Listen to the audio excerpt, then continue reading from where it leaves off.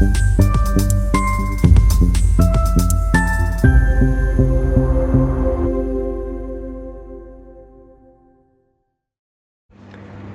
विधानसभा 26 के अंतर्गत राजनीतिक सरगर्मियां लगातार एक के बाद एक मोड़ ले रही हैं।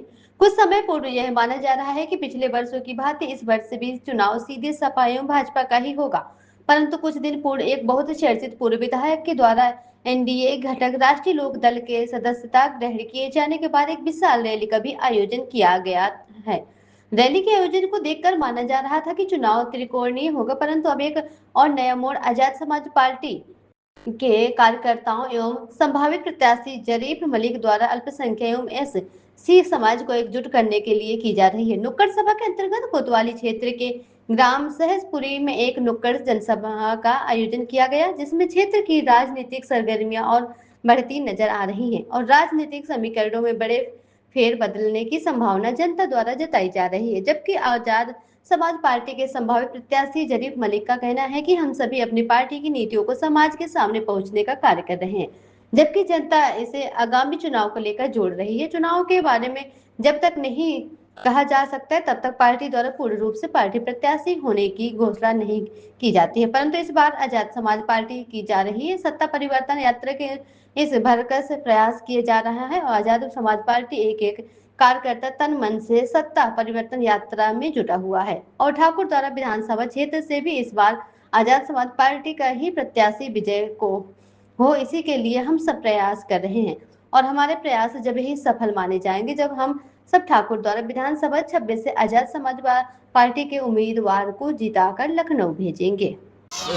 नुक्कड़ सभा का आयोजन किया गया है, दरअसल पूरा मामला क्या है? मामला ये है कि जो है आगामी विधानसभा चुनाव 2027 में जो होने जा रहे हैं, तो हमारी आज़ाद समाज पार्टी ये चाहती है हमारे हर गांव में जाकर अपने कार्यकर्ताओं को मजबूत करें और अपना बूथ मजबूत करें। इस बात पर लेकर आज ही हमारा कार्यकर्ता सम्मेलन था ग्राम पंचायत सहसपुरी में। जी सर, यहाँ पर कितने लोग उपस्थित थे और कितने कार्यकर्ता उपस्थित थे? अब आप देखते ही हो, हमारे विधानसभा अध्यक्ष और जिला संयोजक हमारे वेद प्रकाश जी और हमारे विधानसभा अध्यक्ष शमशाद जी और हमारे मंडल प्रभारी हमारे जो है आदरणीय बड़े भाई शीशपाल जी और हमारे अन्य साथी यहाँ पर मौजूद थे और तमाम गांव की पब्लिक है। तो आप देख रहे हो कितने चुनावों को लेकर आने वाले समय आपकी पार्टी का जो एजेंडा है वो क्या है? अरे ये पता है आपको, बस जानकारी है, एक ही तो लीडर है जो हिंदुस्तान में आज हमारी लड़ाई लड़ लिया और ये तो पब्लिक जानती है। आज हमारी सत्ता परिवर्तन यात्रा चल रही है। इस सत्ता परिवर्तन यात्रा में आज पश्चिमी उत्तर प्रदेश में जो जनसलाब देखने को मिल रहा है, तो इस चीज़ से सारी राजनीतिक पार्टियां जो है वो आज बौखलाई गई हैं। सर, आज़ाद समाज पार्टी में अल्पसंख्यक पिछड़ा दलित की बात होती है, उसी तरह से समाजवादी पार्टी में भी होती है और आज़ाद समाज पार्टी, इनमें अंतर क्या है?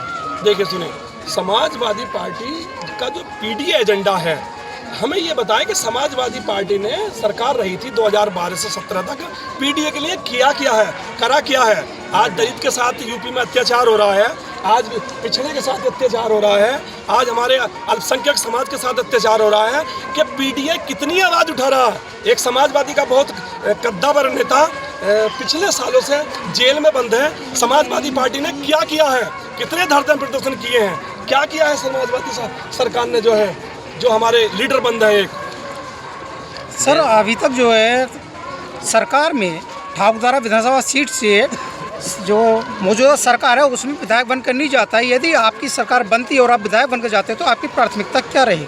देखिए, ठाकुर द्वारा एक हमारी विधानसभा उत्तर प्रदेश के जो लास्ट कोने पे है और यहाँ पे एक सबसे बड़ी समस्या है ठाकुर द्वारा में कि जो एजुकेशन हब है जो पूरे भारतवर्ष से, इस ठाकुर द्वारा में बच्चा तैयारी करता है, जॉब की तैयारी करता है, कंपटीशन तैयारी करता है, उनके लिए भी किसी स्थानीय विधायक ने या किसी सांसद ने यहाँ पर कोई व्यवस्था नहीं की गई है, क्योंकि ठाकुर द्वारा से हमारे युवाओं को बहुत बड़ा रोजगार मिलता है और हमारी पहली प्राथमिकता है कि उनको अच्छी सुविधाएं दी जाएंगी।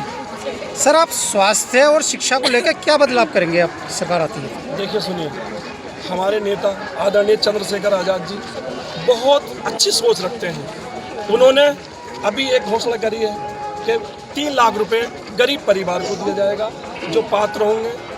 एजुकेशन LKG 2 इंटर क्लास की शिक्षा फ्री होगी और आज एक नई घोषणा करी है कि अगर हमारी सरकार बनती है तो महिलाओं के लिए यात्रा फ्री होगी उत्तर प्रदेश में। स्वास्थ्य की बात तो ऐसी है कि जब हमारी सरकार बनेगी तो हमारे जो स्वास्थ्य मंत्री होंगे तो कोई ऐसे नहीं होंगे, अच्छे होंगे, एजुकेटेड होंगे। शिक्षा मंत्री होंगे, अच्छे होंगे, एजुकेटेड बनेंगे। और जब जो व्यक्ति एजुकेटेड होगा तो जाहिर सी बात है सुधार तो बेहतर होगा। जनता आपको जो जिताती है तो आप क्या करेंगे उनके लिए, जनता के लिए? जनता जिताएगी तो जनता, हम थोड़ी जीतेंगे, जनता जीतेगी। और जनता जीतेगी तो जनता अपने आप विकास करेगी। आपको टेंशन लेते हैं। धामपुर में धरना चल रहा है, क्या मैटर उसमें? हाँ, रात वहाँ पे जो है हमारे एक कार्यकर्ता विवेक कुमार थे और एक किसी मजार को लेकर वहाँ पे एक थोड़ी सी बात चल रही थी। उस दीवार का मामला था। माननीय सांसद जी ने यह कहा कि आप रात को रुक जाइए, मैं सुबह आ जाऊँगा और जो है जो बात होगी, जो सही होगा नियमानुसार वो किया जाएगा।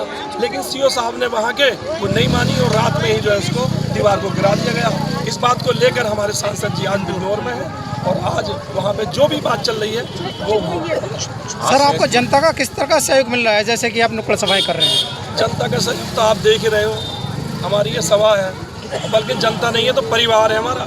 ये जिस दिन चुनाव में कूदेगी ना तो यहाँ के जो समाजवादी और बीजेपी की जो लीडर है ना यहाँ पे सब जो है दूर हो जाएंगे और केवल एक ही चेहरा चमकेगा यहाँ, जो आज़ाद समाज पार्टी का होगा। हमारे चैनल के माध्यम से क्षेत्रवासियों को क्या जागरूकता कराना चाहिए? आपका बहुत बहुत धन्यवाद कि आप यहाँ सहसपुरी में आए और आपके चैनल को मैं बहुत बहुत आपको बधाई देना चाहूँगा।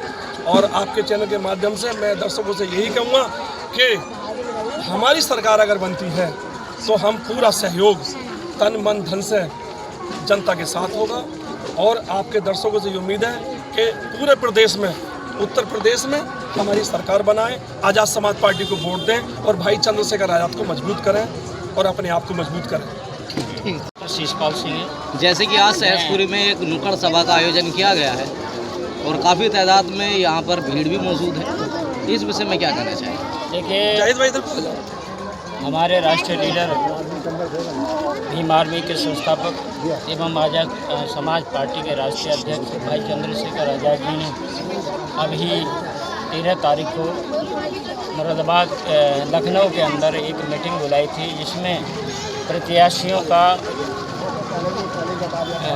ट्रेनिंग ली थी और उन्हें समझाया था। उन्होंने कहा था कि प्रत्याशी हमारा ऐसा होना चाहिए जो जनहित में फैसले लेने वाला होना चाहिए। प्रत्याशी हमारा ऐसा होना चाहिए, होने वाला विधायक हमारा ऐसा होना चाहिए जो जनता में जा कर के और वो जाति द्वेष की भावना से काम करने वाला होना चाहिए। हर समाज को वो अपना भाई समझ करके आगे चलना चाहिए, क्योंकि भाई चंद्रशेखर आज़ाद जी ने स्पष्ट कह दिया है कि हम ऐसे प्रत्याशी को विधायक बनाना चाहते हैं जो जनहित में फैसले लेने वाला होना चाहिए।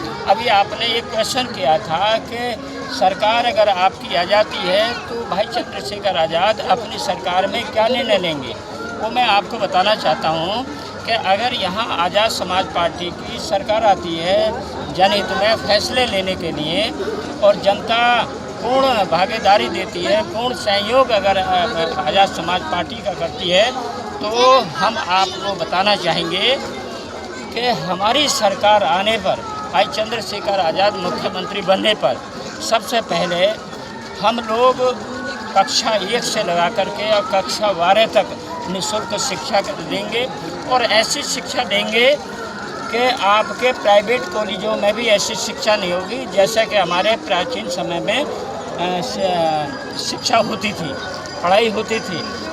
और हमारे उस ज़माने में लड़के हमारे प्राइमरी स्कूल से ही IAS और PCS इंजीनियर बनकर जाते थे। आज भी हम ऐसी व्यवस्था करेंगे जो हमारे प्राइमरी पाठशाला से ही, जूनियर हाई स्कूलों से ही, इंटर से हमारे बच्चे IAS और PCS बनकर जाएंगे। इतना ही नहीं, अगर हमारे गरीब बच्चे का कहीं पैसे का अभाव आता है या कहीं बड़े कॉलेजों में उच्च शिक्षा ग्रहण करने में कहीं पैसे का अभाव आता है तो उससे भी हमारी सरकार सहयोग दे करके उच्च शिक्षा ग्रहण कराएगी। चाहे IAS हो या PCS हो या इंजीनियर हो या डॉक्टरी का डिप्लोमा हो, वहाँ पर भी अगर पैसे का अभाव आता है गरीबों के लिए, वहाँ पर भी हम सरकार के द्वारा योगदान दे करके उन्हें उच्च शिक्षा छात्रवृत्ति दे करके उनकी शिक्षा में कुछ बाधा नहीं आने देंगे। रही बात, यानी इसके साथ इतना ही नहीं है कि हमारे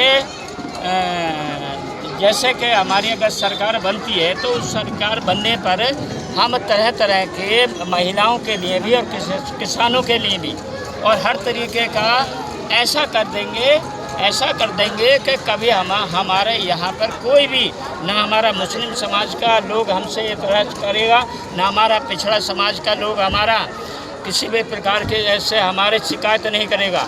हम चाहेंगे कि हमारी सरकार ऐसी चले कि आइंदा के लिए हमारा ही शासन रहना चाहिए, जनता हमारे हमसे खुश रहनी चाहिए, ये अपेक्षा करते हैं। यही हमारे लीडर, हमारे यही राष्ट्रीय अध्यक्ष का संदेश है हमारे लिए।